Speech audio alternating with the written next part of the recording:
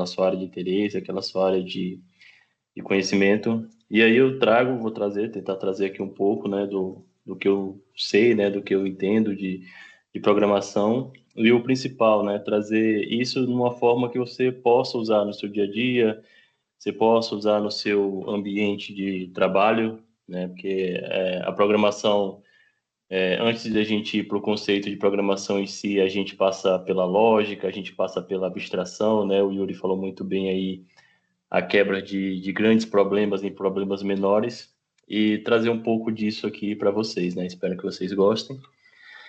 E vamos lá. Primeiro, vou me apresentar, né? Eu sou Maico Araújo, como o Yuri já apresentou. Já trabalho na área de TI aí há mais de 15 anos, então ali desde 2010 por ali eu já engatinhava nesse mundo da programação. Sou mestre em ciência da computação pela Federal do Pará. E hoje sou colega de vocês aqui no tribunal, né? Sou analista judiciário, trabalho lá na SecTI e trabalho ali no suporte e evolução do EPROC. Então, por que entender programação é importante, né? Então, por que essa oficina é importante, né? Por que esse compartilhamento de conhecimento é importante, né? A programação, ela desenvolve ali o raciocínio lógico, né? Então, a gente já falou isso, né? Quebrar problemas complexos em problemas menores. A gente tenta resolver problemas reais por meio de automatização de tarefas, né? Então, dado um problema e você fica verificando aquele padrão vai se repetindo, né? Aquele relatório que eu tenho que mandar todo dia 15, aquele erro que sempre aparece após eu fazer alguma coisa, a gente verifica esse tipo de problema e tenta automatizar o máximo para tentar ganhar tempo, né? Então, desde o início lá dos primórdios da computação, a ideia sempre foi essa, né? Reduzir o tempo. Teve uma época que a gente fazia nota fiscal na mão, né? Então, isso dava trabalho tanto para quem fazia as notas fiscais, tanto para os contadores, tanto para a Receita Federal, enfim, era uma cascata de problema. Hoje em dia, com nota fiscal eletrônica, que já é uma coisa que já está há muito tempo que parece que já é o normal, mas nem sempre foi assim, o intuito era o quê? Era ganhar tempo ali, né, e resolver aqueles problemas. Então, hoje já se resolveu tantos problemas da área de computação que a computação já está chegando no nível que nós já estamos com seres pensantes, né, que são as inteligências artificiais, que já resolvem problemas para a gente, de forma que as coisas, a tendência é facilitar ainda mais, né? E isso também vem com a programação, vem com a computação, né? A gente tinha cartão perfurado lá no começo, né? As pessoas tinham que furar bloco de cartões, as pessoas tinham que conversar, fazer a programação ali mais próximo de uma linguagem de máquina. Isso eu vou mostrar mais à frente para vocês. E hoje programar é basicamente escrever, né? Programação geralmente é feita em inglês, mas se fosse a nossa língua nativa, né, é como conversar, de certa forma, com o computador. E aí ela abre oportunidades, né, o mercado da computação, eu vou mostrar também mais à frente. A área de tecnologia é bastante ampla, né, então ela tem espaço para todo mundo, tem espaço, não tem só programação, né, tem outras áreas, e está sempre precisando de profissionais. E desenvolve a criatividade, né? Um problema, ele pode ser resolvido de várias formas. Um programador, ele resolve o problema de uma forma, outro programador vê aquele mesmo problema e resolve de outro, e tudo isso parte da criatividade do ponto de vista ali de quem está desenvolvendo. Claro que a gente tem padrões de desenvolvimento, tem algumas fórmulas já prontas, mas a criatividade sempre está presente ali nas soluções de problemas e no dia a dia. Então, como eu disse, né, a área de TI é abrangente, a área de TI é muito grande, é vasta, né? A programação é um ponto ali dentro. Então, a gente tem esse conjunto, né? Ali, a gente aqui na SecTI, a gente tem várias áreas lá dentro também, até é importante para os colegas também entenderem como funciona ali o nosso trabalho, né? Às vezes, não é sempre que vai ser um problema no EPROC, não é sempre que vai ser um problema no sistema administrativo, né? Não é sempre que eu não vou conseguir abrir o Teams, é um problema realmente no Teams. A gente tem outras áreas, temos a área de infraestruturas e redes, né? Que aí a gente vai ter os nossos servidores lá, nós temos uma equipe competente lá para trabalhar somente com infraestrutura e redes. Tem a área de desenvolvimento de software, e aí dentro do desenvolvimento de software a gente tem a parte da programação, mas também tem a parte de testes, tem a parte de colocar o sistema no ar, né, que é a parte de DevOps, né, ainda pode se dividir em programação front-end e back-end, né, onde front-end é o pessoal que mexe ali no que o usuário vê na tela, né, que são os botões, são os textos, são as imagens. Temos a parte back-end, que é o pessoal que trabalha ali na lógica de negócio. Temos parte de banco de dados, temos o pessoal do suporte, temos o pessoal da segurança de informação, da informação, arquitetura de sistemas, tem o pessoal que trabalha só com inteligência artificial e tem outro pessoal que trabalha só com a gestão e governança de TI. Então, a tecnologia de informação é um mundo, né? Então, a programação está ali dentro do desenvolvimento de software, né? Dentro da engenharia de software, né? Mas se você se interessar ou tem algum interesse por essa área, tem outras coisas aí que pode ser mais interessante que programar, né? E tem esse leque de coisas que pode ser trabalhado. Então, vamos lá para os conceitos básicos, né? O que é realmente programação, né? Programação é a arte de conversar com os computadores usando uma linguagem específica, né? Como eu disse, né? Lá no início, o computador em si, ele só entende isso aqui, zeros e uns. Né? E lá no início era basicamente assim que se programava lá nos primeiros computadores, usando cartões perfurados, onde e a gente ainda consegue levar isso a um nível, né, mais físicos, né? Geralmente o computador entende que onde não tem carga e tem carga, né? Passa energia e não passa energia. O computador só entende essas duas instruções. É bastante simples, mas isso dá uma gama de probabilidades, de possibilidades, né? E essas linguagens aqui, mais próximas do computador, a gente chama de linguagem de baixo nível, né? Então, dificilmente alguém programa nessas linguagens de baixo nível. Tem pessoas que vão programar máquinas, atuadores, né? Já entra mais para a questão de automação industrial, automação residencial, né? CLTs, que é outra história, mas tem um pessoal que ainda programa mais ali direto na máquina. A nossa programação de software, de sistemas, a gente já chama de uma linguagem de alto nível, é como se fosse uma conversa realmente com o computador ali. Como eu falei para vocês, né, a única diferença é que a maioria disso é feito em inglês, né? A maioria dos comandos e tudo é em inglês, mas é um inglês que ali, se você for ver, você consegue entender de uma forma que você consegue programar, digitar ali, gerar comandos que a máquina vai entender. Então, basicamente, programação é isso, é uma forma de conversar com o computador. Se você não der nenhuma instrução para o computador, ele não vai fazer nada, né? A gente costuma dizer que ele é uma calculadora burra, né? Ele só faz o que é mandado ali, né? Ele só atua a partir de entradas.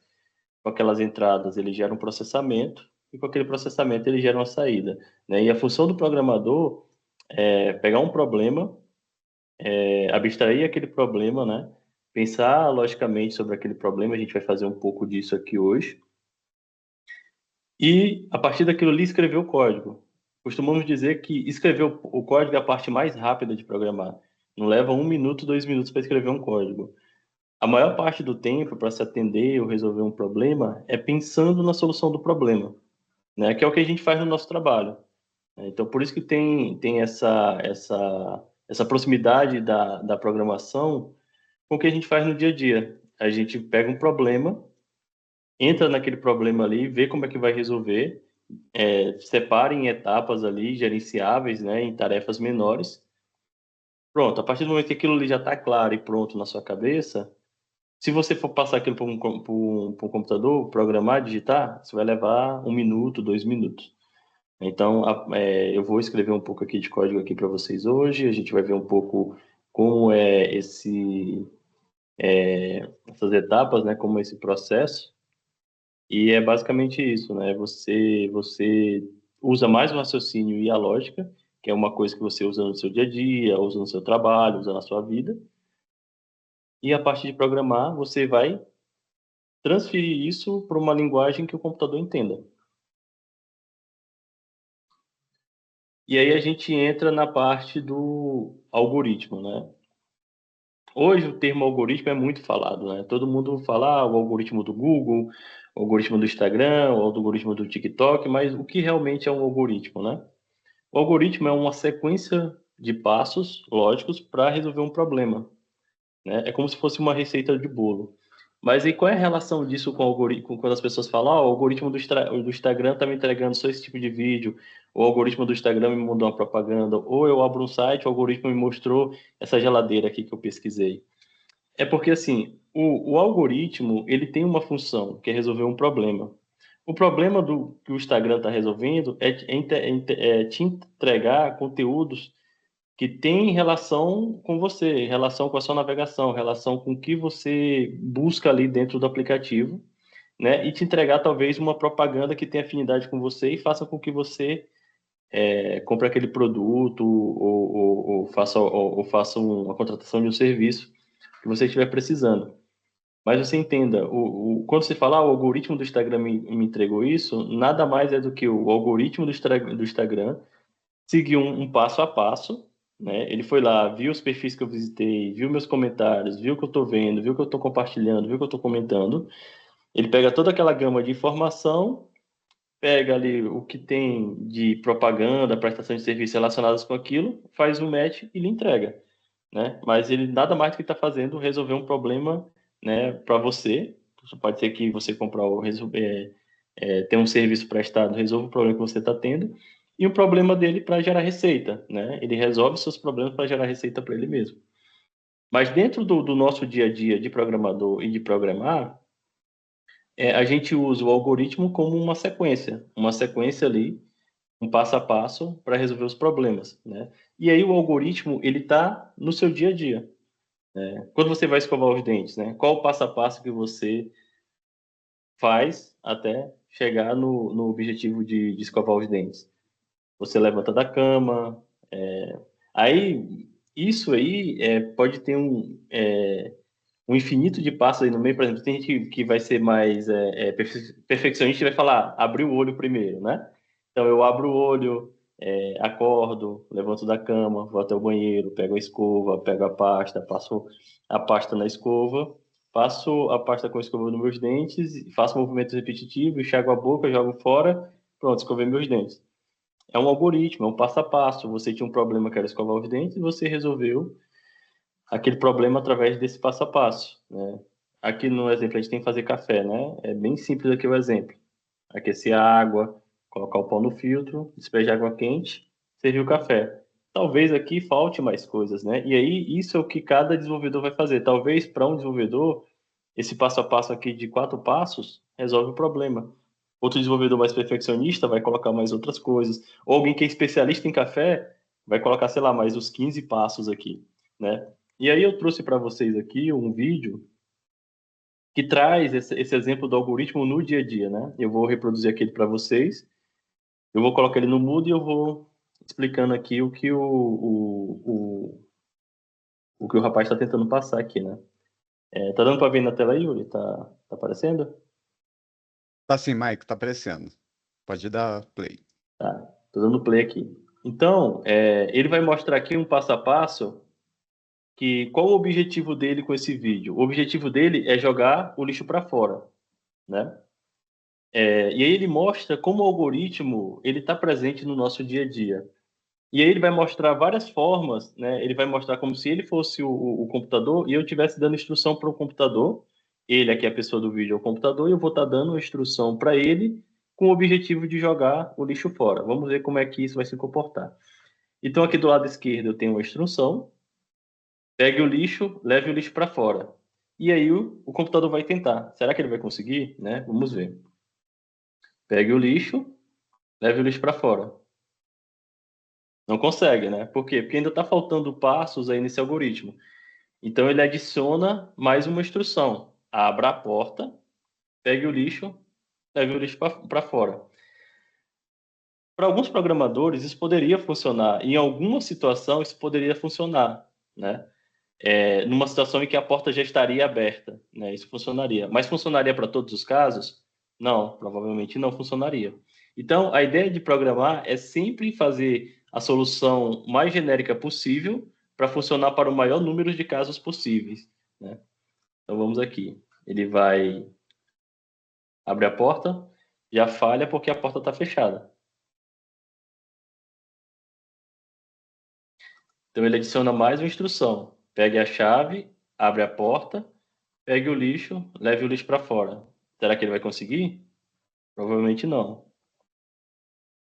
Ele pega a chave, não vai adiantar.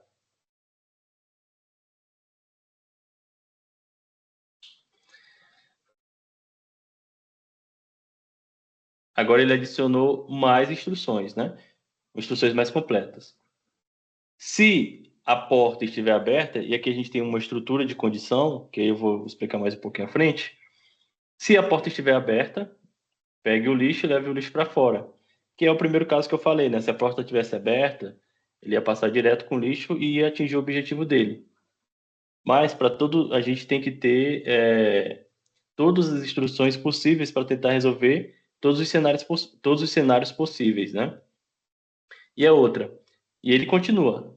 Se a porta estiver fechada, pegue a chave, enfie na fechadura, gira para a esquerda até parar, abra a porta, pegue o lixo e leve para fora, né? Ele vai tentar novamente.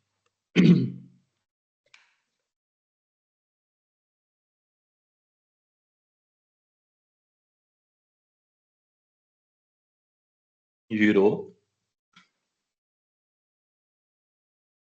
abriu a porta, pegou o lixo e levou o lixo para fora.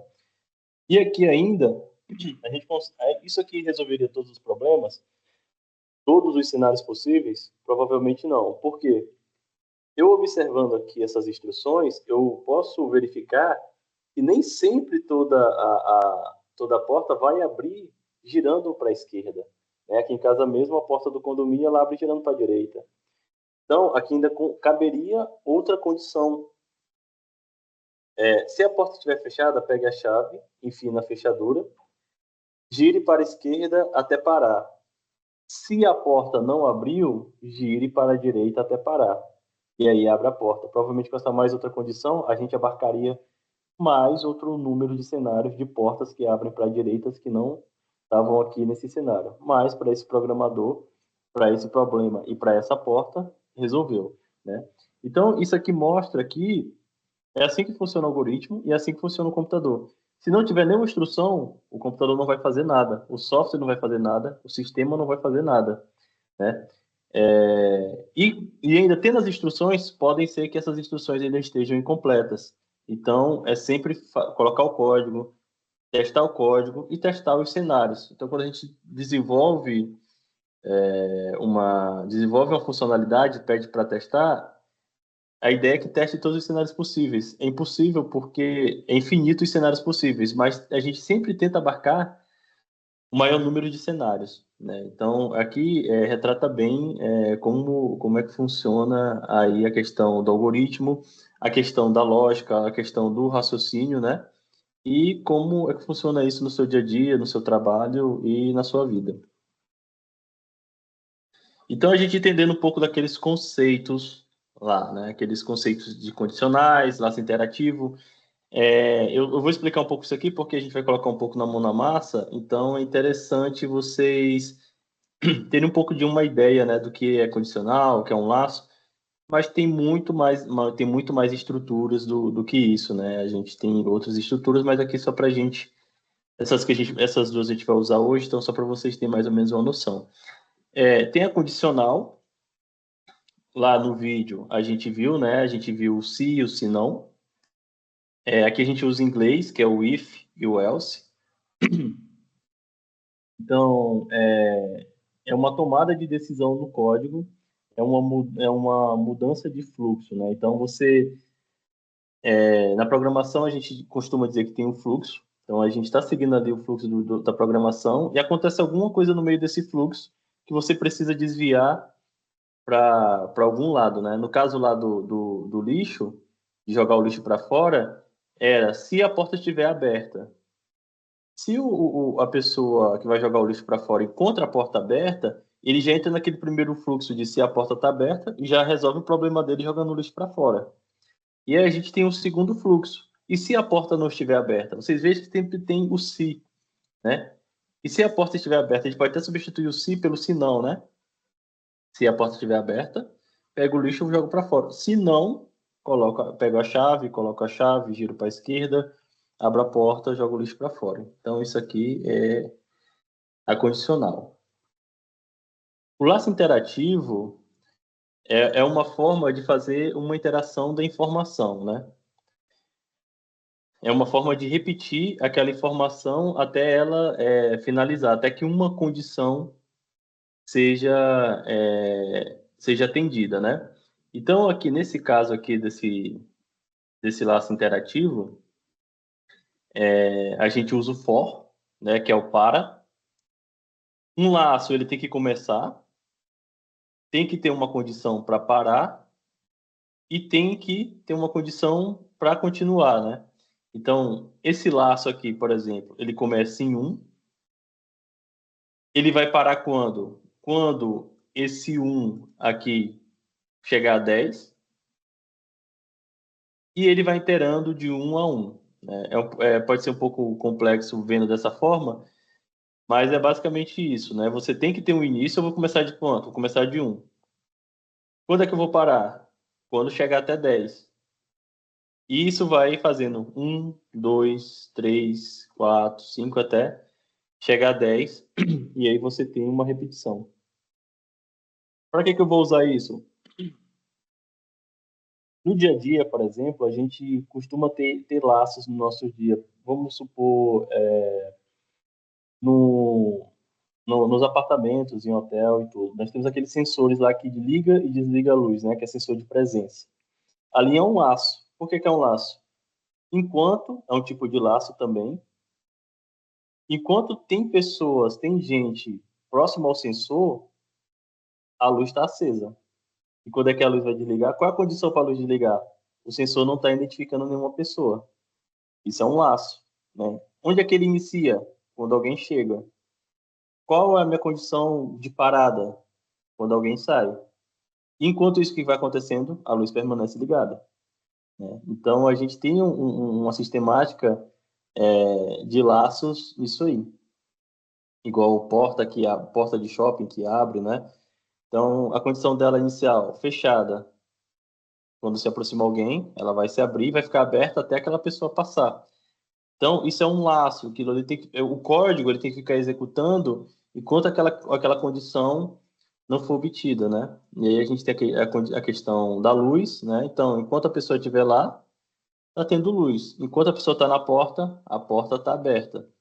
E assim sucessivamente. Então, o laço também é uma estrutura de dados muito importante na programação, assim como os condicionais.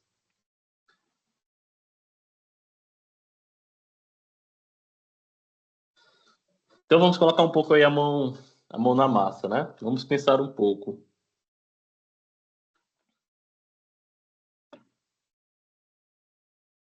Quando a gente inicia na área de programação, a gente tem, para a gente começar a desenvolver esse raciocínio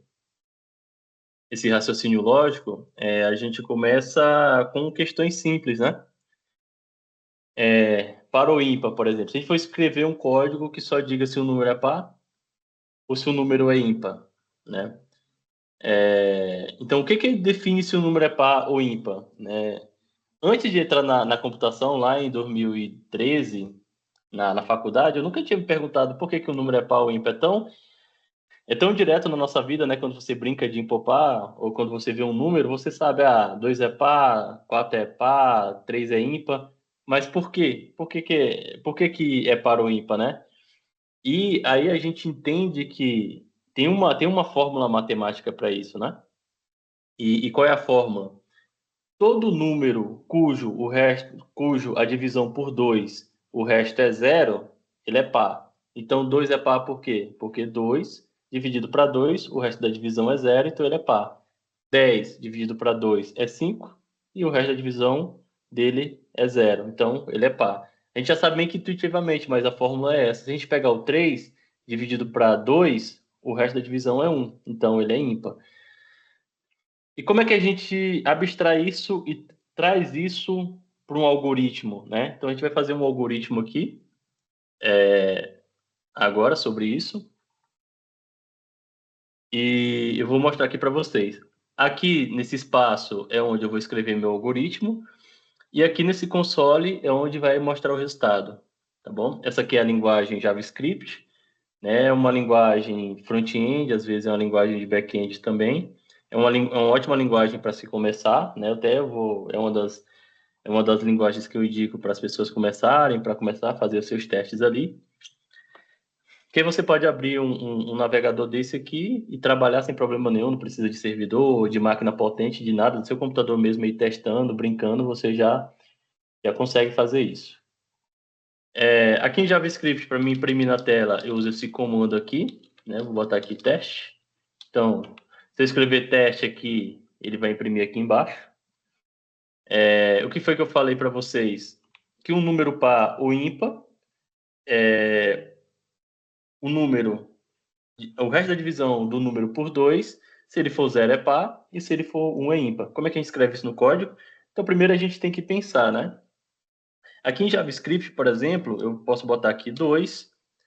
O resto da divisão em JavaScript para me pegar, eu posso colocar aqui, ó, porcentagem 2. Então, o resto da divisão de 2 por 2 é 0. Eu sei que esse número é par. Se eu pegar aqui um 3, é 1. Então, esse número é ímpar. Se eu pegar aqui um 5, continua 1. Esse número é ímpar.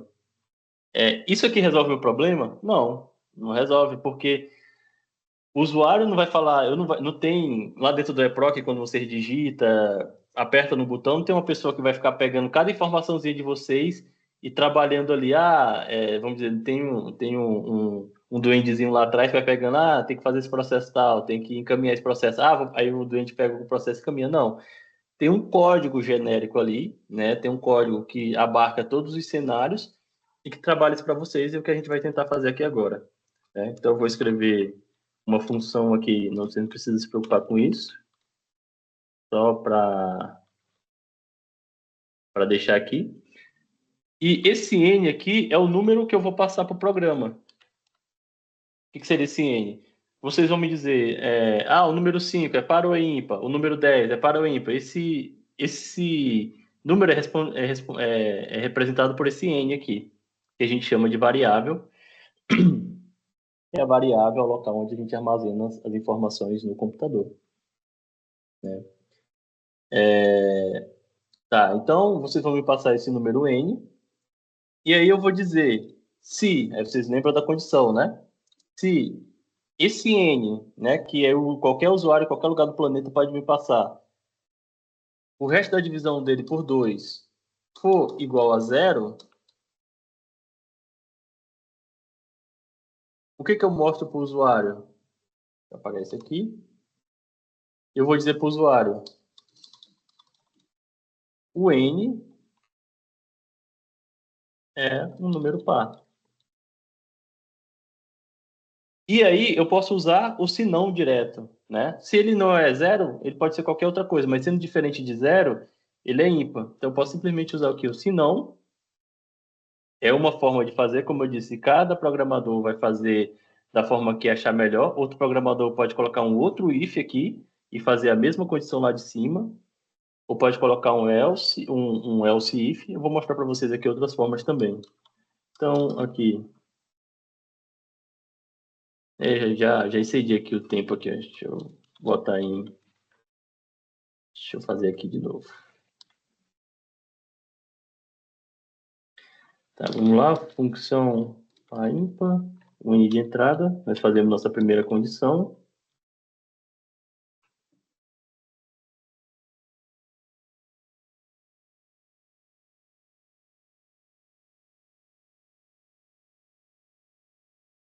Igual a 0, mostra para o usuário. Está reescrevendo aqui de novo, pessoal.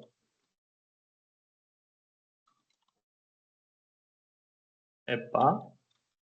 Se não, aí eu vou mostrar para o usuário.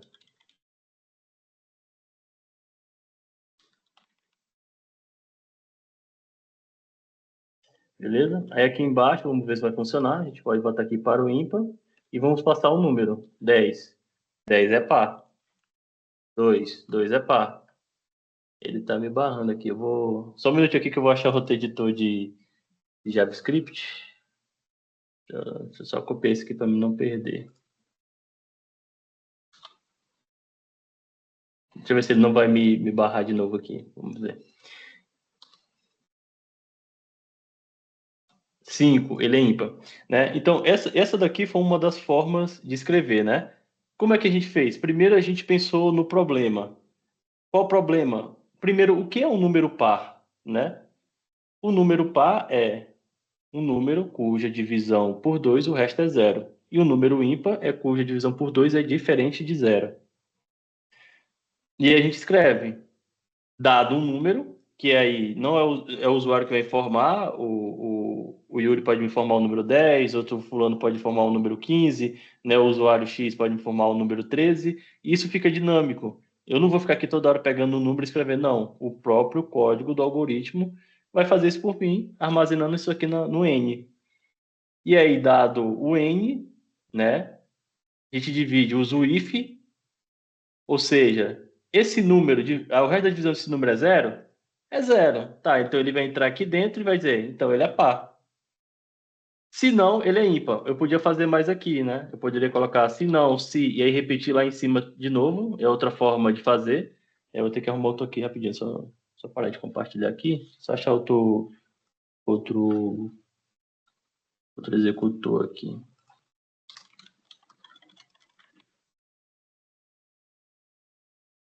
Vou ver outro aqui. Não sei se esse aqui tá... Tá. Achei outro aqui.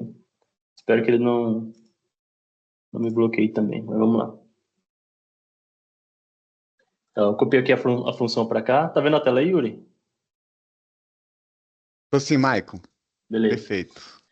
Tá, então a saída dele aqui desse lado aqui agora, né? Peguei outro. Vocês podem ver, vocês podem usar qualquer editor. Eu poderia usar até aqui no próprio navegador, apertando F12, eu posso usar até esse console aqui, de qualquer site, qualquer navegador. Então, o JavaScript você pode usar em qualquer lugar. Se eu colocasse aqui, ó, console.log teste,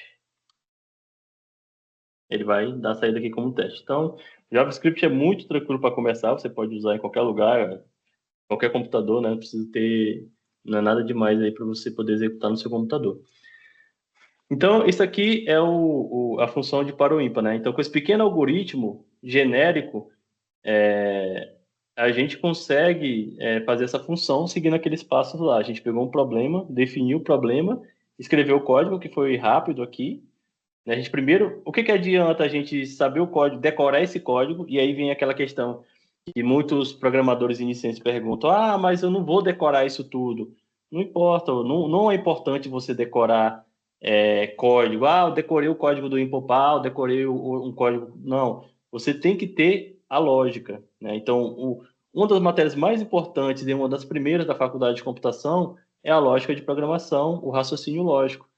E isso não precisa ser somente para computação. Por isso que o tema da oficina é justamente esse, né? Coisas que você pode usar no seu dia a dia, né? Você já a lógica já é inerente do ser humano, né? O ser humano é um ser lógico. E todo ser humano é um pouco de programador da sua vida porque ele precisa fazer um conjunto de passos para resolver seus problemas, né? E aqui está uma coisa. E aqui o que a gente só está fazendo? Só está escrevendo para o computador fazer uma coisa que a gente quer resolver, que é identificar se esse número é par ou ímpar, né? Espero que vocês tenham entendido. A gente vai fazer mais outros exemplos aqui. Vou colocar vocês para pensar mais um pouco aí. Mais outro aqui, números primos. Os números primos, diferente de par ou ímpar, acho que é mais comum no nosso dia a dia, né? Todo mundo sabe o que é um número primo, pelo menos já ouviu falar, né? Mas o que define o número primo, né? Qual o conceito de número primo? Porque essas definições, esses conceitos matemáticos são importantes para a gente poder levar para a programação, né? Para se escrever um algoritmo, você nunca vai, se você não souber o que é um número primo, você nunca vai conseguir digitar uma letra, né? Por isso que digitar, saber sintaxe, ser bom numa linguagem de programação específica não é o que faz um bom programador. Um bom programador, ele é bom na sua lógica, e no seu raciocínio lógico, né? E na sua construção de algoritmo. Então, eu não posso sair daqui e ir para cá sem a definição de que é um número primo. Né? E o número primo é o quê? É o número que é divisível por 1 e por ele mesmo. Né? Então, a gente já tem a definição. Então, como é que a gente vai escrever um algoritmo para dizer se um número é primo ou não? Né? E aí, exemplo de números primos, a gente tem o 1, né? o 3, o 5, o 7, o 9, o 13, o 21, desculpa, 21 não, o 23, né? Aí eu posso ir, enfim, deixa eu ver, 179, né? Então, são tudo números primos aí, porque são números que são divisíveis por 1 e por ele mesmo, né? Então, vamos apagar aqui, vamos escrever uma função número primo, vamos chamar só de primo. E a mesma coisa vocês vão fazer o quê? Vocês vão me passar um número. Programador, eu quero que, dado um número, você me diga se esse número é primo ou não. É um problema que eu quero resolver. Escreva um algoritmo para isso. Então, a gente vai passar aqui. Gostava mais do outro, era mais colorido. Dá para separar melhor a sintaxe. Deixa eu ver se isso aqui está imprimindo. Deixa eu ver aqui. Executar. Como eu não passei nada, deixa eu ver. Primo 10. Só para ver se ele está. Aqui eu não testei. Tá. Então ele está sendo bonitinho aqui. E aí, como é que a gente faz para resolver esse problema? Qual estrutura que a gente aprendeu aqui que a gente consegue fazer? O que eu vou ter que fazer? Eu vou ter que percorrer um caminho. Quando eu falo percorrer o caminho, vocês já entendem, ele vai ter que usar laço. Ele vai ter que usar um laço aí. Então, eu vou ter que percorrer um caminho que vai do 1 até o número que vocês me deram. 10, 20, 30, 179, 1 milhão e meio, infinito. O meu laço vai ter que percorrer de 1 até esse número e vai ver quantas vezes esse número teve o resto zero, ou seja, teve a divisão perfeita, né? Esse número dividido por esse incremento, ou seja, eu tenho 10 dividido para 1, o resto é zero, 10 dividido para 2, o resto é zero, 10 dividido para 3, o resto é zero. Tem que fazer todos esses testes, e se nesses testes essa divisão perfeita aconteceu 2 vezes, isso quer dizer o quê? Que esse número é primo. Então, a gente vai usar o que aqui? A gente vai usar a estrutura de laço de repetição, a estrutura de condição, né? A gente vai usar tudo isso. Então, eu vou criar um contador aqui, que vai começar de zero. Por que esse contador? Se esse contador chegar até 2 nas minhas divisões, quer dizer que aquele número é primo. Né? Então, o contador vai ser a minha verificação final. E aqui eu começo o meu laço, que a gente aprendeu que é um for, a gente chama de for. E aí, ele tem que começar de 1. E ele tem que parar quando? Quando esse meu incremento, esse meu i, nessa minha interação, for menor ou igual ao valor que vocês me passaram. E aí ele vai incrementando de 1 por 1. Ele vai ser 1, ele vai ser 2, ele vai ser 3. Esse i, né? Esse i ele vai ser 1, vai ser 2, vai ser 3, vai ser 4, vai ser 5. Pronto, tem o meu laço. E agora? Qual é o meu próximo passo? Vamos ver a condição agora. Se o meu número, o resto da divisão dele, por i, por que por i? Porque o i vai ser 1, vai ser 2, vai ser 3, vai ser 4, ele vai inteirando, né? Foi igual a zero, ou seja, ele teve uma divisão perfeita, né, sem resto, o meu contador vai aumentar mais 1. Certo? O meu contador vai aumentar mais 1. E é isso. Se esse contador aqui, se eu pegar o 10, por exemplo, que ele é dividido por 1, por 2, por 5, né? Ele vai ser 3, por exemplo. É um número primo? Não. Então, como é que eu faço para mostrar para o usuário? Fora do laço, o laço começa aqui e termina aqui. Ele fez todas as interações e o meu contador salvou essa informação, eu falo, se o meu contador for igual a 2, aí eu mostro para o usuário que o número que ele me passou é primo. Se não, e eu poderia colocar aquilo lá de novo, né? Posso colocar outro if, posso colocar um else if, mas eu acho mais rápido colocar aqui logo o else de cara, porque se ele for 5, se ele for 10, se ele for 15, não me interessa. Me interessa se ele for 2. Se ele é 2 é primo, se ele não for 2, ele não é primo já direto. Então, eu mostro aqui para o usuário que o meu N não é primo. Isso aqui, agora, como isso aqui não tem muito controle de sintaxe, aqui eu já vou estar dando minha desculpa antes de executar o código, né? E eu estou fazendo ao vivo também, espero que dê certo. Mas aqui o algoritmo é esse, né? Passando, vou logo botar aqui para rodar, vou colocar aqui o 10 que já está aqui. Ó, 10 não é primo. Se eu colocar um número primo aqui, um 13, né? 13 é primo. Eu falei 179, né? Deixa eu ver se 179 é primo. Tenho quase certeza que é. 179 é primo. Quer dizer o quê? Que aqui dentro do meu contador, eu comecei de 1, fui até 179, dividi o 179 por todos esses números, por 1 e por ele mesmo, e ele somente foi divisível perfeitamente quantas vezes? 2 vezes. E quem é que controla isso? A minha condição. Né? Então, quantas vezes nesse código, com esse número, entrou aqui dentro dessa linha aqui? Somente 2 vezes. E aí, com isso, eu consigo mapear se o número é primo ou não por meio desse algoritmo aqui. Beleza? Espero que você esteja entendendo aí. Esteja tranquilo.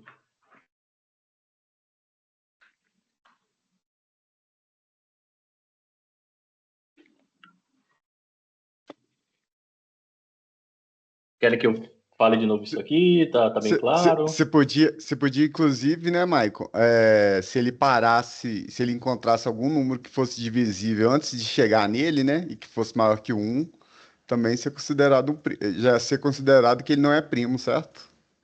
É isso. Bom, é isso. Eu posso sair fora do laço. Se, por exemplo, se eu não quiser, o que o Yuri falou aí, olha aí, o Yuri acabou de usar uma lógica aí, né? Por que eu vou processar, por exemplo, boto 1 milhão aqui? Talvez o computador não consiga, estoure a memória e não consiga fazer essa conta. Né? Então, no caso de um número, sei lá, 25, né? Que tem mais divisões ali. Quando ele chegasse ali, ele dividiu por 1, né? Dividiu por 5, né? E aí ele continua, ou a gente pega o número 30 ou qualquer outro. Se ele chegar no terceiro, eu já digo que ele não é primo, né? Já saio fora do laço e nem continuo e falo que ele é primo. É uma forma de incrementar aqui esse algoritmo. E é isso que eu falo desde o primeiro. Eu tenho uma forma de resolver, que é essa daqui. O Yuri acabou de mostrar outra forma, que é uma forma mais econômica, que aí ele evita que eu percorra tudo isso, né? E talvez quem esteja aí não esteja falando alguma coisa, deve ter pensado, olha, eu posso ter resolvido isso de outra forma. Mas o que acontece é que a minha solução, a do Felipe, resolve o problema, e o que a gente tem aqui é ganhos, né? Para números muito maiores do Felipe, com certeza é um algoritmo melhor do que o meu. E aí a gente tem uma matéria na faculdade que é justamente sobre projeto de algoritmo, que é justamente sobre isso, né? Evitar o consumo excessivo da máquina por meio de algoritmos que fiquem ali processando muito tempo. Beleza? E vamos agora, né? Não sei se vocês já estão cansados já de mão na massa. E vamos agora para o clássico Fibonacci, né? O que é uma sequência? Vocês veem que a gente sempre parte disso. O que é isso? Qual é o meu problema? Como eu vou resolver? Como é que eu defino isso, né? E em computação a gente fala que você deve passar muito mais tempo afiando o machado do que realmente indo lá cortar a árvore, né? Então, se você pode passar 2, 3 horas afiando o machado, que na hora de cortar a árvore você vai passar poucos minutos ali. Diferente de você ir lá com o machado cego e passar, sei lá, 2, 3 dias para derrubar uma árvore, né? Fora o desgaste. Então, pensar, usar a lógica, né? Usar o raciocínio lógico antes de realmente escrever é o ideal, e isso funciona aqui, no seu trabalho e na vida, né? Ficar sempre batendo aí nessa tecla. Então, o que é a sequência de Fibonacci? Primeiro, ela tem toda uma questão matemática, filosófica.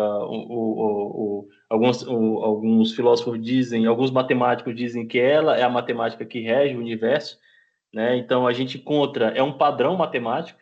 A gente encontra isso na natureza, né? No girassol, na concha do caracol, nas galáxias. Da Vinci também usou ele para fazer Mona Lisa. E tem isso é o que a gente encontra na natureza. E pode ser que tenha investidores aqui, né, aqui entre as pessoas. Alguém já deve ter ouvido falar do Fibonacci ali na hora dos investimentos, né? Que você puxa ali, eu já fiz alguns investimentos, aí você tem algumas ferramentas que você usa o Fibonacci para saber se ele chegou em determinado ponto para poder entrar ou não em uma ação. Mas qual o padrão do Fibonacci? O Fibonacci o padrão dele é que a soma o próximo número do Fibonacci é sempre a soma do seu número anterior, né? A gente começa do zero, o próximo é 1, que é a base, 0 e 1. 1 mais 0 é 1. Qual o próximo número? É a soma dele com o anterior. 1 mais 1, 2. 2 mais 1, 3. 3 mais 2, 5. 5 mais 3, 8. E assim vai até o infinito, né? Então, esse aqui é o padrão do Fibonacci, né? Ele já é um pouco mais complexo para escrever o algoritmo dele, eu coloquei ele aqui. Vou fazer ele aqui também. Tem outras formas de resolver, além da forma que eu vou mostrar aqui. Tem forma de resolver com recursividade, outras formas, mas a minha ideia aqui não é entregar um algoritmo, o melhor algoritmo, um algoritmo pronto, mas é que vocês entendam que a partir de uma lógica e uma abstração, eu consigo chegar num código, consigo chegar numa linguagem que o computador vai entender, né? Consigo chegar a digitar uma instrução que o computador vai entender, vai executar ali e vai resolver o problema. Então, vamos lá para o console. Deixa eu sair desse aqui. Vamos escrever também essa função de Fibonacci. Então, só lembrando aqui que a função, lembrando aqui qual a lógica do Fibonacci, a gente tem um número base, que é o 0 e 1, e o próximo número é o quê? É a soma dos números anteriores. 1 mais 0, 1. 1 mais 1, 2. 2 mais 1, 3, assim sucessivamente. Então, a gente escreve aqui, né? Uma função, eu vou chamar ela de Fibo, e a mesma lógica. Vocês vão me dar um número até que número da sequência de Fibonacci vocês querem. Né? Eu quero os 10 números da sequência de Fibonacci, os 20 números, 30 números. Enfim, vocês vão me passar essa informação. Então, eu armazeno ela aqui. E eu fecho, vou só testar aqui se está tudo certo aqui. Como eu fiz ainda agora, porque esse aqui ainda não tinha usado. Aqui, Fib, passar o número 10 para ver se ele vai imprimir o 10 aqui na tela. Está imprimindo. Então, beleza, a função está bem construída aqui. Então, primeiro a gente trabalha com dois números, né? O anterior e o próximo. Então, bora escrever eles aqui. A gente tem o anterior, que são a base, né? Vou botar um R aqui. E o próximo. Então, a partir disso aqui, eu tenho que construir a minha sequência de Fibonacci. O meu anterior é 0 e o meu próximo é 1, seguindo aqui a lógica, né, da base, 0 e 1. A partir desses outros números, vão ter que ser gerados automaticamente. Como a minha intenção é sempre o próximo, eu vou logo imprimir aqui o meu anterior. Já mostro na tela para o usuário o meu anterior. E aí, a gente vai fazer o quê? Usar a estrutura de laço novamente. Por quê? Vocês percebem na minha fala que eu vou ter que percorrer todo o tamanho que vocês me deram. Ou seja, se eu quero um Fibonacci de 10 posições, eu tenho que percorrer até 10, né? Começando pelo próximo número, que é 1, né? Então, por exemplo, nessa sequência aqui, eu vou começar daqui, que é o meu próximo, e vou percorrer tudo aqui até chegar na minha 10ª posição. Então, para isso, eu tenho que usar a estrutura de laço novamente. Onde o meu início vai ser o quê? Vai ser o próximo, porque eu quero saber o meu próximo é esse cara aqui, 1, né? É meu próximo. A minha condição de parada, de novo, é o quê? Eu quero que pare quando o meu i, né, o meu início, né, o meu incremento, que vai ali de 1 em 1, ele chegue até o número que vocês me forneceram. E aí eu vou fazer com que esse meu i fique ali incrementando de 1, 2, 3, 4, até chegar no 10, né? Beleza, então eu tenho meu laço. Agora, o que eu faço dentro do meu laço, né? A primeira coisa que eu vou fazer já é imprimir meu próximo aqui logo para o usuário ver. Eu vou mostrar meu número próximo. Eu já tenho o anterior e já tenho o próximo.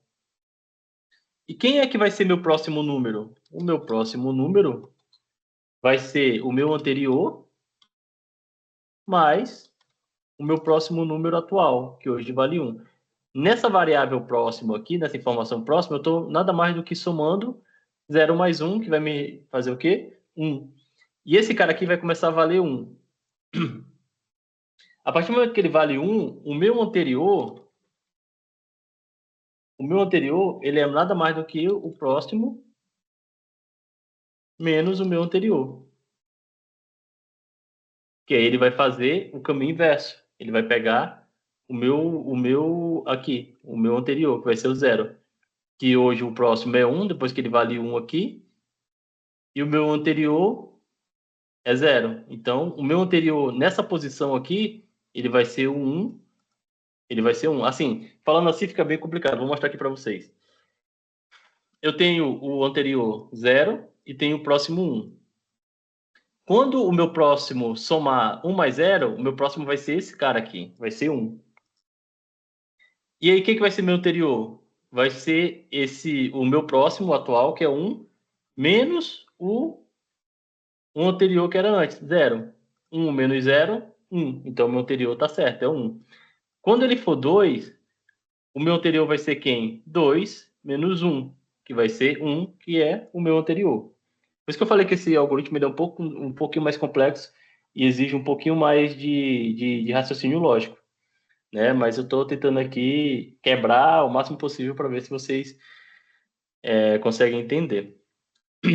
Então vamos ver rodando isso aqui. É só para ver também se a gente escreveu certo até aqui, né? Se a gente for pegar aqui a sequência de Fibonacci, os 10 números da sequência de Fibonacci, ele vai me trazer aqui 0, 1, 1 mais 0, 1, 1 mais 1, 2, 2 mais 1, 3, 3 mais 2, 5, 5 mais 3, 8, e assim sucessivamente até a posição 10, né? E aí a gente conseguiu com esse código. Então vocês veem que até um problema, não um problema complexo, mas se você ficar repetindo, o anterior é igual ao próximo, menos o anterior, mais não sei o que, mais não sei o que, você pode acabar se enrolando. E nem todo problema computacional a gente vai conseguir resolver aqui, sei lá, em 5 minutos de código, né? Às vezes a gente vai demorar dias aí para resolver, né? Mas a intenção e a lógica e o pensamento é o mesmo, né? Eu tenho que pensar baseado no meu raciocínio lógico e no meu conceito, né? Fala aí, Yuri, tô vendo que tu tá a fim de falar. Então, não, é porque um outro recurso que você poderia fazer esse Fibonacci, né, o Mike, era até utilizando a recursividade, né, que é um conceito ali até mais avançado e que é muito parecido com o que a gente pensa, né? Isso, exatamente. O Yuri trouxe aí o conceito de recursividade, é um conceito bem avançado que reprova muita gente na faculdade, né? Assim, é um conceito avançado, é um conceito perigoso para a computação. Dificilmente a gente usa porque é ele que pode causar o loop infinito, que pode derrubar computadores, máquinas, servidores. Então a gente usa ele em último recurso, né? A gente aprende recursividade, mas a gente aprende mais sobre os problemas da recursividade, que é o loop infinito, que é o consumo excessivo de máquina, né? Se aquilo ali dá problema. E o Fibonacci é um exemplo dentro da recursividade que é isso, que se resolve isso. A recursividade nada mais do que né? Só para a gente também sair desse conceito, entender. Eu não vou fazer recursividade, mas é basicamente eu pegar essa função e chamar ela aqui dentro, ela mesma, né? Eu podia fazer ela assim, né? Que geralmente é mais ou menos assim que é o algoritmo de Fibonacci. O que ele vai fazer? Ele vai ficar chamando essa mesma função até que uma condição de parada faça com que ele pare. E qual o risco aí? O programador pode esquecer a condição de parada. E aí, se ele esquece a condição de parada, isso aqui vai ficando, ó.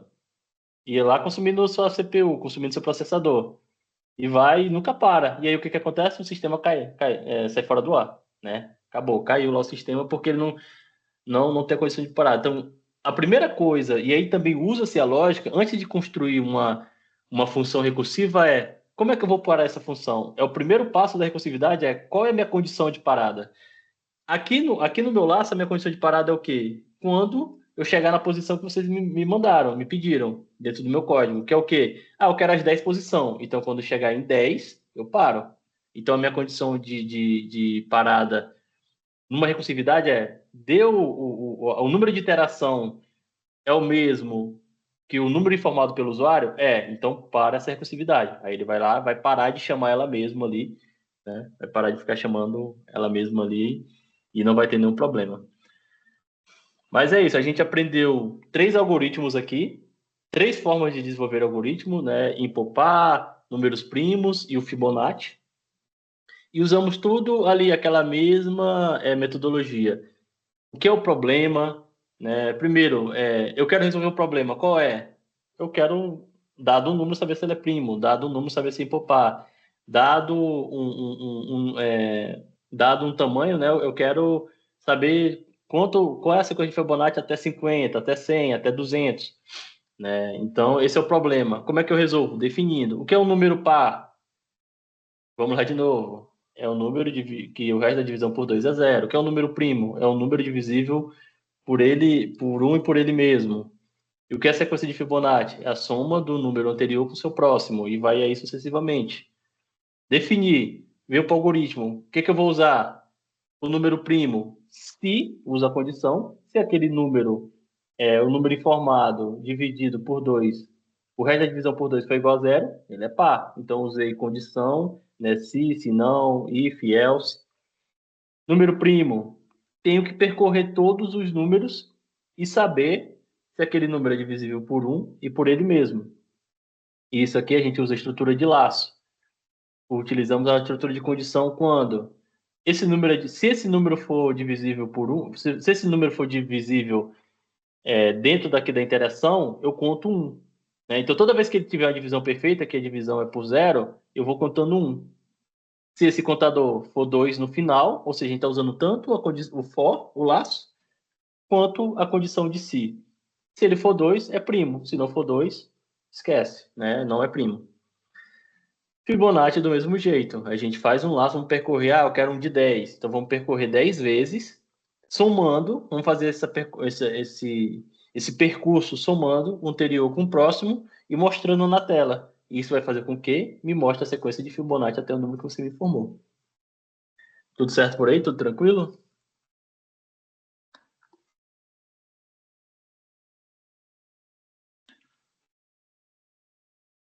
Então, era mais ou menos isso que eu queria mostrar de conceitos, o que era programação. Não trazer só código aqui na tela, eu tive a intenção de trazer uma coisa mais interativa. Isso aqui é basicamente o dia a dia de um programador, ele pega um problema, divide em partes, dá a solução e resolve o problema. Às vezes a gente entrega para o usuário, igual eu entreguei para o Yuri aqui, ele já achou uma solução melhor um pouco. Né? E o usuário, não, eu quero desse jeito, está muito lento, eu quero mais rápido. Volta, desenvolve de novo, melhora, refina, e é um trabalho que nunca para, né? Um sistema entrega, um sistema pronto, nem todos os algoritmos vão atender todos os cenários possíveis, né? A gente tem um EPROC, que é um sistema nacional, que ele, em sua grande parte, os cenários são bem parecidos, mas não chega a ser 100%, né? Cada tribunal tem sua peculiaridade ali, e dentro dessa peculiaridade, os desenvolvedores atuam, né? Melhorando os algoritmos para atender à especificidade do nosso tribunal. Então, é isso a programação. E aí eu vou aqui começar a fazer já umas dicas de encerramento, né? Que é linguagens para começar, né? Então, a gente tem... eu estava trabalhando hoje, aquilo ali que eu mostrei para vocês é JavaScript. No eProc, a gente trabalha com PHP. No PJE é Java. Mas é como eu disse para vocês, a linguagem não é importante. O que importa é você ter o domínio da lógica, o que importa é você ter o domínio da lógica e do raciocínio lógico, né? Saber transformar grandes problemas em problemas menores, saber abstrair os problemas e fazer isso trazer isso para a linguagem de computador, que é a programação. E essa linguagem pode ser JavaScript, PHP, Python, Java. Acho que são quase milhares de linguagens, se eu não me engano. Tem linguagem para caramba aí. Tem a linguagem brasileira Lua, né, para quem se interessar, que é uma linguagem muito famosa para desenvolvimento de jogos, né? E aí a gente tem HTML e CSS. HTML é uma linguagem de marcação. E aí tem muito essa questão, que é uma linguagem de programação, HTML é ou não é uma linguagem de programação? E aí tem uma coisa bem simples para responder essa dúvida, né? Se a sua linguagem faz soma um mais um e dá dois, ela é uma linguagem de programação. Então, o HTML é uma linguagem de marcação, o CSS é uma linguagem de estilo e o JavaScript é uma linguagem de programação.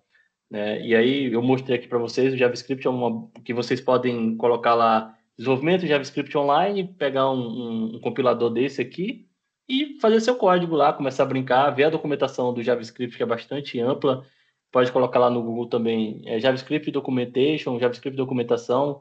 Tem um site da Mozilla, né, que é um navegador, mas ela tem um site com toda a documentação do JavaScript. E a melhor forma de aprender uma linguagem é lendo sua documentação. Quero aprender Python? Vai lá na documentação do Python. Python documentação. Todas as linguagens, a sua grande maioria é gratuita e tem uma linguagem, tem uma documentação abundante. Você pode fazer um curso?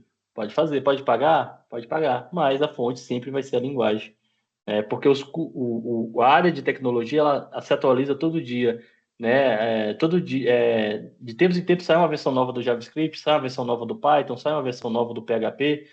E aí como é que eu vou me atualizar? Pela documentação. O curso que você for ver de PHP hoje não tem nenhum atualizado no PHP 8.5, que foi a última versão que saiu. Você vai pegar o PHP da versão 7, 4, talvez 8. Mas sempre sai uma função nova, uma coisa nova que a gente sempre está aprendendo. Então, a documentação, né, é a letra da lei da linguagem, né? A linguagem, a lei seca, né? Quando a gente estuda para concurso, é a lei seca ali que você deve ali sempre olhar. E os próximos passos, né? Se você quiser realmente programar, tirar ali um tempo para dedicar ali um estudo, né? 30... Fazer igual eu fiz, eu tirei o quê? 30 minutos aqui, mostrei 3 algoritmos para vocês. Né? Pense em algum problema aí que vocês querem resolver, sei lá, gerar número aleatório da Mega Sena. Tem o pessoal que gosta de apostar em bolão aí. Faz um algoritmo em JavaScript para gerar um número aleatório de Mega Sena, você só clica no botão lá, ele vai gerar esse número e aí você pega aquilo ali e joga, entendeu? Coisas que você pode resolver no seu dia a dia aí, simples só para praticar, né? Algoritmos simples que você pode pensar ali. E aí o foca aí nessas linguagens HTML, CSS, JavaScript que eu já mostrei lá, né? Projetos pequenos, né? Vou criar uma agenda, vou criar uma lista de compras. Você consegue fazer isso em JavaScript? Vou criar uma calculadora, né? Vou criar um site, uma página para mim. Tudo são pequenos projetos que você vai estar começando. Quando eu comecei lá no começo, quando eu comecei, eu fazia isso. Eu ia para a documentação da linguagem, né?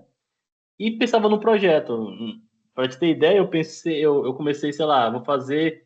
Naquela época lá era 2012, ainda não tinha iFood, né? Um dia eu pensei, pô, seria interessante ver um cara que eu pedi por aplicativo uma comida. Pensei nisso e fui fazer e fiz um aplicativo de entrega de comida. Tentei até vender lá, o pessoal gostou e tal, mas não demorou acho que 2, 3 meses o iFood chegou. E aí não tem quem bate uma multinacional, né? Mas a gente começa assim, começa pequeno. Para resolver o problema, era um problema que eu tinha. Eu morava sozinho ali em 2013 e não fazia faculdade, trabalhava. E meu problema é, pô, eu quero comer, não quero cozinhar porque eu tenho que estudar, eu não quero cozinhar porque eu não tenho tempo, eu quero que o cara entregue aqui em casa, não quero ir no restaurante. Fiz um projetinho lá e funcionou naquela época, enfim, não foi para frente, mas foi uma coisa que fez com que eu aprendesse, né? Não precisa ser um projeto que você vai usar, ganhar dinheiro, não, é uma coisa ali para você aprender. E aí participar também de comunidade, né? Tem vários lugares aí que você pode já entrar nesse clima e aí já conhecer da linguagem de programação. Não sei dizer se eu fui muito técnico hoje, eu tentei não falar linguagem técnica nem nada do tipo, mas você que está entrando, para você, como são muitos termos em inglês, é bom participar da comunidade, ver o que o pessoal está escrevendo ali e pegar aqueles termos, não entendi tal termo, o que é front-end, o que é back-end, o que é uma stack, vai lá na internet, pesquisa, stack é a pilha de desenvolvimento da pessoa, a linguagem, etc. Front-end é a parte que o usuário tem contato ali na tela. Então, você vai pegando isso aí, participando de comunidade, né? Tem conceitos hoje que as pessoas falam que eu não sei, porque todo dia isso vai se atualizando, né? Área de programação, área de tecnologia, você não para de estudar nunca, né? Tanto que acho que até o RH falou uma vez para mim, eu nem falo de cursos obrigatórios para vocês de TI, vocês estão sempre fazendo curso obrigatório. Todo ano a gente renova aqui, sei lá, 80 horas de curso, 120 horas de curso, toda hora estudando, porque está toda hora mudando, né? O eProc é atualizado, todo mês o eProc é atualizado, vem coisa nova, aparece funcionalidade nova. Então, para quem quer área de TI, saiba que você nunca vai parar de estudar, né? Isso era o que as pessoas falavam há 10 anos atrás, 15 anos atrás, 20 anos atrás, isso é verdade até hoje. Então é isso, fazer projetos pequenos, não ter medo de errar e continuar, né, praticando. Até antes de eu finalizar aqui, eu acho que, deixa eu ver aqui se um exemplo aqui, né? Deixa eu só pegar aqui para vocês. Se vocês não quiserem criar projetos do zero, vocês podem ir aqui no GitHub. Deixa eu pegar aqui. Vocês podem ir aqui no GitHub e fazer pesquisas. Tipo, por exemplo, eu quero uma. Aqui o GitHub é onde tem onde os desenvolvedores vão colocando seu código. Você pode criar uma conta lá para você. Você fez um projetinho, você sobe para cá, para o GitHub. E você pode pegar outros códigos para aprender, né? Às vezes é melhor a gente ver uma coisa pronta e começar a quebrar a coisa dos outros, né? Do que a gente tentar fazer alguma coisa do zero. Então, por exemplo, um exemplo aqui de uma calculadora em JavaScript, né? Você abre aqui a calculadora e você vem aqui, ó, código download zip. E aí você vai baixar o código dessa calculadora aqui e rodar na sua máquina. Eu baixei o código dela aqui só para a gente dar uma olhada. Deixa eu ver se eu consigo abrir. Ó, pronto. Eu baixei aqui para minha máquina um programador, provavelmente aqui tem, como está em espanhol, né? Alguém lá do México, algum lugar assim, fez essa calculadora, né? E aí você pode testar, ó, ele está funcionando, né? A calculadora funciona normal. E se a gente for pegar o código dessa calculadora aqui, só para vocês terem, aí vocês podem abrir o código, vou abrir aqui para vocês.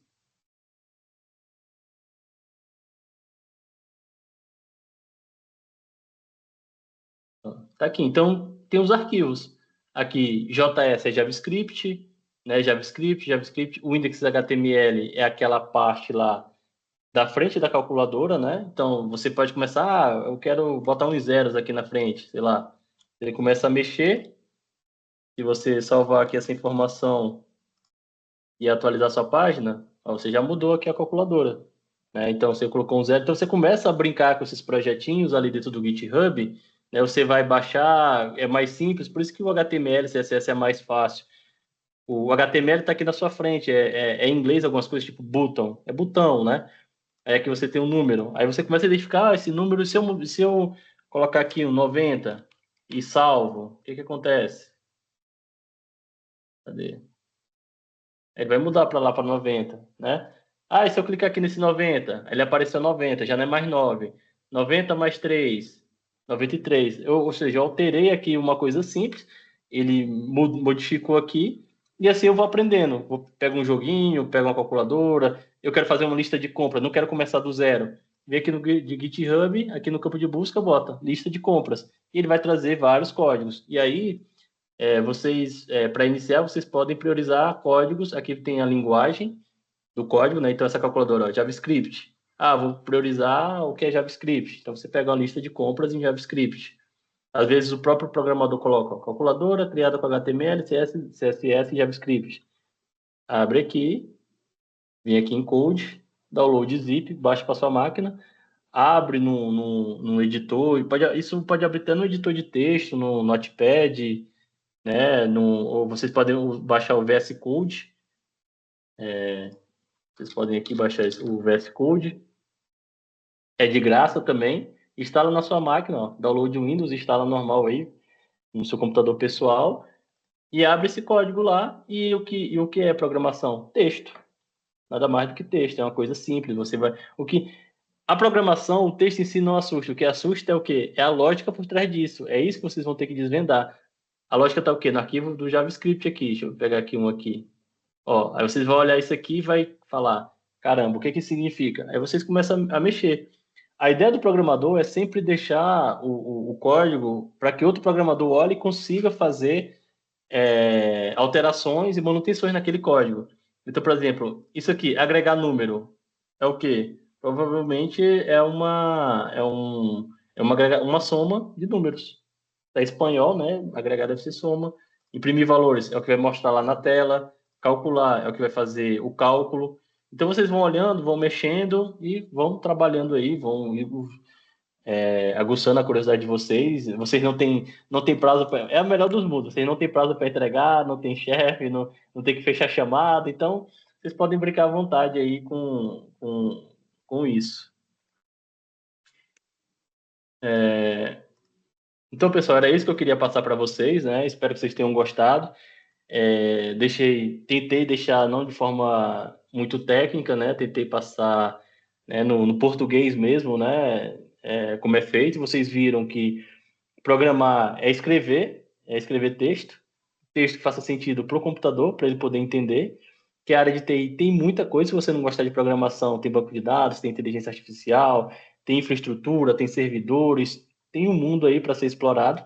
Eu particularmente gosto de programação, mas tenho que entender das outras áreas, tenho que entender de banco de dados, tenho que entender de servidor, tenho que entender de inteligência artificial e tenho que continuar estudando, né? E é isso. Espero que tenham gostado e obrigado aí por terem assistido até agora. Obrigado, valeu. Ô, Maico, valeu, brigadão, viu? Nossa, eu gostei pra caramba da sua apresentação aqui, tava até doido para participar mais aqui dos seus exemplos aqui, né? Fiquei tentando fazer aqui os exercícios junto com você.